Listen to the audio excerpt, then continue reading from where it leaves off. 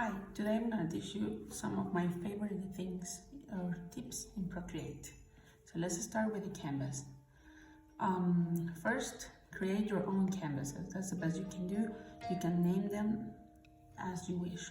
For example, if you want to make an iPhone background or something really cool for your phone, there you go. You create it at the beginning here, gallery. Let's go plus. New canvas and put the measures, inches, pixels, whatever you want. You can find the exact ones in the internet. Just Google the size of your screen, put it here, and if it is for your screen, go to RGB, and probably any of these for your phone will be fine. Most probably this one is the best. This doesn't matter, well, unless you want to save, and here change the name to iPhone or whatever name you want to create. And that's it, you create it and you have it.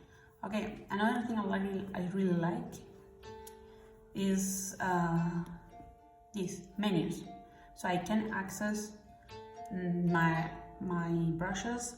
If I'm working, for example, in only watercolors, I put here only watercolors brushes. In this one, you can see this is my line and 4. I also can access other menus like layer, for example. Like this is very helpful to flip horizontally to see if the drawing is symmetric, more or less symmetric, or looks good. Doesn't have to be symmetric, can look good if you flip it horizontally. I will show you that right now. For example, let's go to line and fleur. I was using this to create some really nice monsters.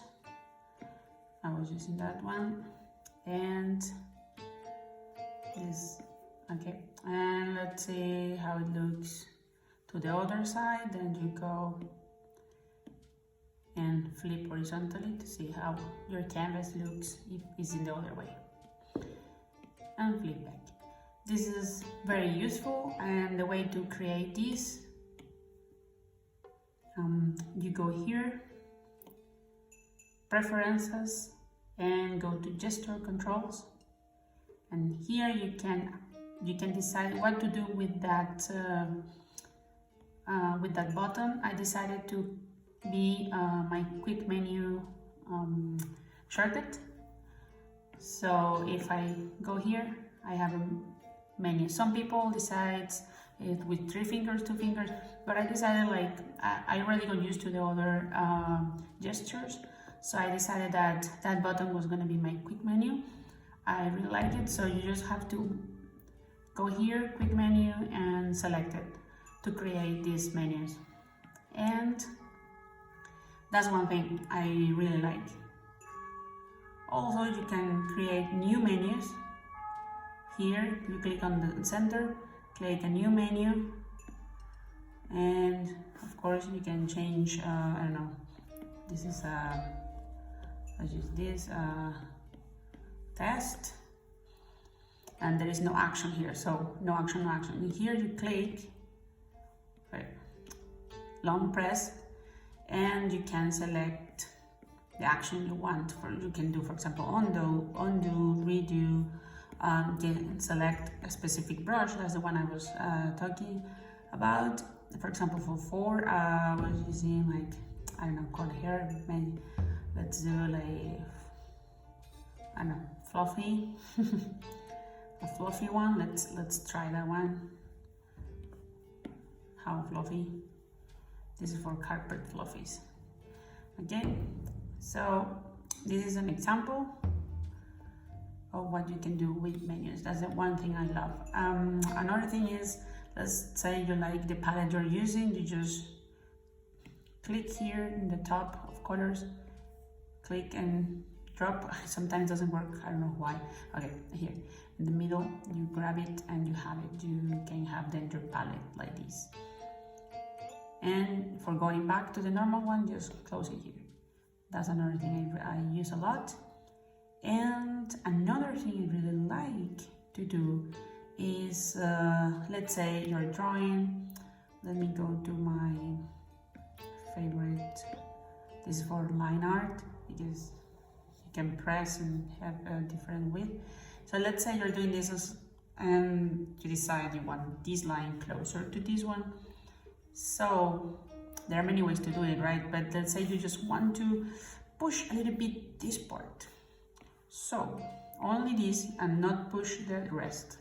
Select with freehand and go to Effects, Liquify, Push, not that big size, not pressure, momentum, low momentum because I want to be more precise.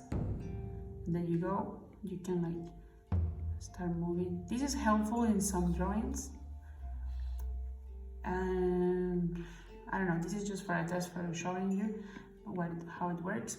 So you can push things around, and this can be convenient sometimes when you're missing some points.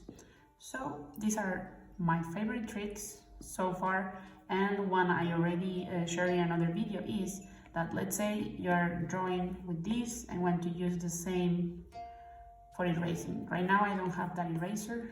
Right now my eraser is this one. Is this one, the 4 brush. So I want to keep using this for erasing. Then I long press the eraser and it changes to that brush. Same with smudge function. Right now smudge function has one of my has watercolor. Let's change to one of my smudge brushes. For example, yeah, this is how smudge brushes work. So let's say I want to use that brush as a brush. Okay? I long press the brush and I get that as a brush. So I hope you like these tips, and if you didn't know it or you want to know more tips, leave your comments below, and see you next time. Bye.